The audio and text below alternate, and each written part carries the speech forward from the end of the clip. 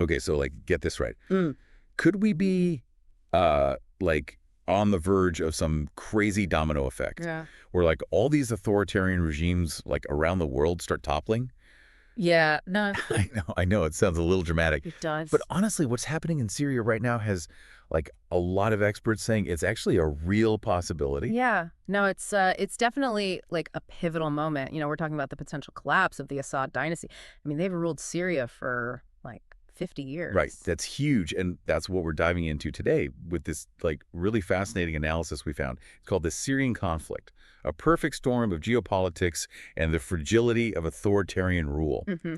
And it basically like lays out why Bashar al-Assad, who's been in power forever, might actually be losing his grip. Yeah, and you know what I think is so interesting about this analysis is that it really digs deep into like why this moment is so important. Yeah. Like we're not just talking about Syria itself. This is about like how global events are all kind of lining up in a way that could like completely reshape the whole region, even the world. Okay, so like let's break this down a little bit, Hmm. right? The analysis like Hmm. starts by talking about how the Syrian opposition has actually been gaining strength kind of quietly. Right. They're learning from their past mistakes, Yep. becoming more organized, and even potentially getting support from like some surprising places. Yeah, and the thing is, the opposition itself has like evolved. We're not just talking about these like rebel groups anymore. Right. The analysis talks about this much more sophisticated movement with like experienced fighters, former Assad regime people who defect, and even get this, technocrats. Wow. Like people who could actually run the country if there's a change in leadership. That's a huge difference from what like a lot of people think when they think about the Syrian opposition. Exactly. But hold on, there's more. This analysis also talks about how Israel's recent actions in Gaza and Lebanon are actually playing a big role here. And it's not just about those conflicts themselves. Right. It's about the impact it's having on Assad's allies, specifically Hezbollah. Hmm. Yeah, Israel's strategy seems to be like disrupting what they call the axis of resistance, which Huh. is basically this alliance with Mm-hmm. Syria, Hezbollah in Lebanon, and Iran. Right, right. And by weakening Hezbollah, Israel is making Assad a lot more vulnerable. So basically, like, Hezbollah has been this, like, key ally for Assad, providing military support Hmm. and helping him, stay in power. Exactly. But if Hezbollah is weakened because of these conflicts with Israel, Assad loses that. Yeah, he loses a crucial lifeline. But there's one more piece of this whole puzzle, right? Hmm. And there's a big one, Russia. They've been Assad's, like, main backer for years. Hmm. But with the war in Ukraine, things are looking pretty different for them. Yeah, the Ukraine war has been a total game changer. It's like draining all their resources, stretching their military thin, and you know what might be the most important thing? What's that? It's really damaged their credibility, like on the world stage, Sure. which makes it way harder for them to keep propping up Assad like they used to. Okay, so let me get this straight. We've got a Syrian opposition that's like gotten smarter and stronger. We've got Israel kind of shaking things up and weakening Assad's allies. And then we've got Russia, his biggest supporter, Mm. like distracted and facing their own problems. Mm. Is that what this analysis means by a perfect storm for regime change? Yeah, they're basically arguing that all of these factors, all happening at the same time, is creating this like really unusual opportunity for a power shift in Syria. Okay. But of course, the question is, can the opposition actually capitalize on this? And then what happens next? Yeah, those are the million-dollar questions. Yeah. And those are exactly what we're going to dig into next. So, the potential consequences of regime change in Syria, those are huge, not just for that region, but like for the whole world. Okay. Yeah, no, I'm definitely interested to hear more about this. Like, walk me through it. Okay.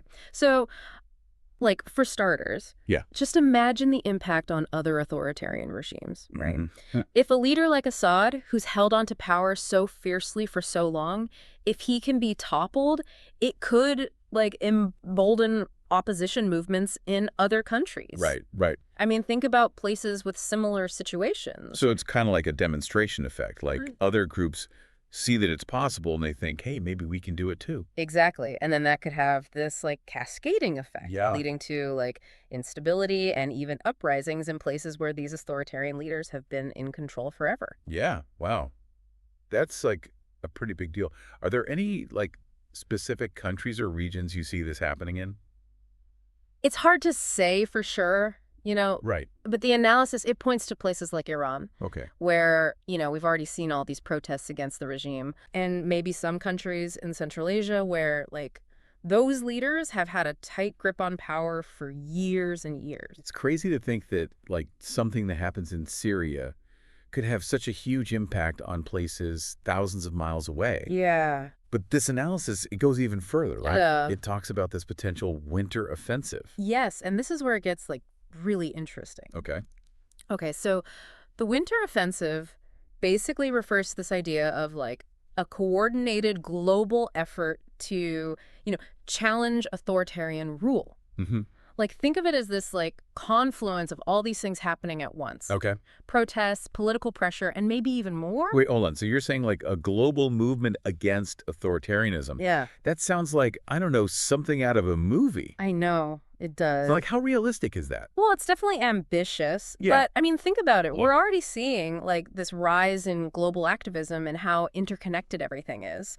People are more aware of what's going on around the world than ever before. Yeah. And there's this, like, growing sense of solidarity among people who, oppose authoritarian rule. That's true. I mean, we've seen those massive protests in Hong Kong, Yeah. Belarus, and even like here in the United States, there's this growing concern about democratic backsliding. Exactly. So while a coordinated winter offensive might, like, sound far-fetched, Yeah. it's not totally outside the realm of possibility. The conditions are, like, ripe for this kind of global movement.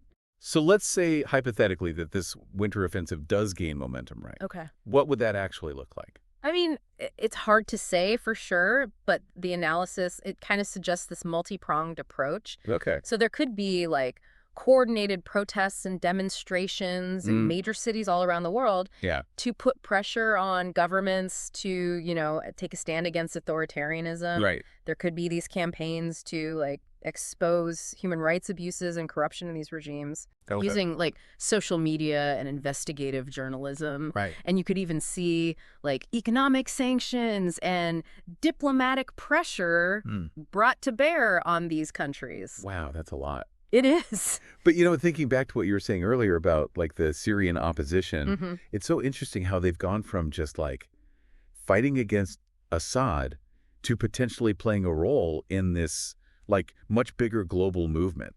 Yeah, and I think that just goes to show how interconnected the world has become. Right. What starts as, like, a local struggle for freedom Yeah. can inspire people, connect people across continents, and lead to this, like, ripple effect that can reshape everything. This is, like, a lot to process, honestly. It's heavy stuff. It's, like, exciting to think about the possibility of real change, but it's also kind of daunting. Yeah. Like, what does this all mean for, the average person?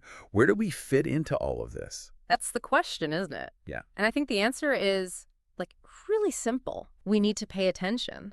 Like, we need to understand what's happening, the forces at play, what's at stake, and, the potential consequences. So it's about being informed and, like, engaged citizens. Right, exactly. And recognizing that, we're not just passive observers. Right. We all have a role to play in shaping the future.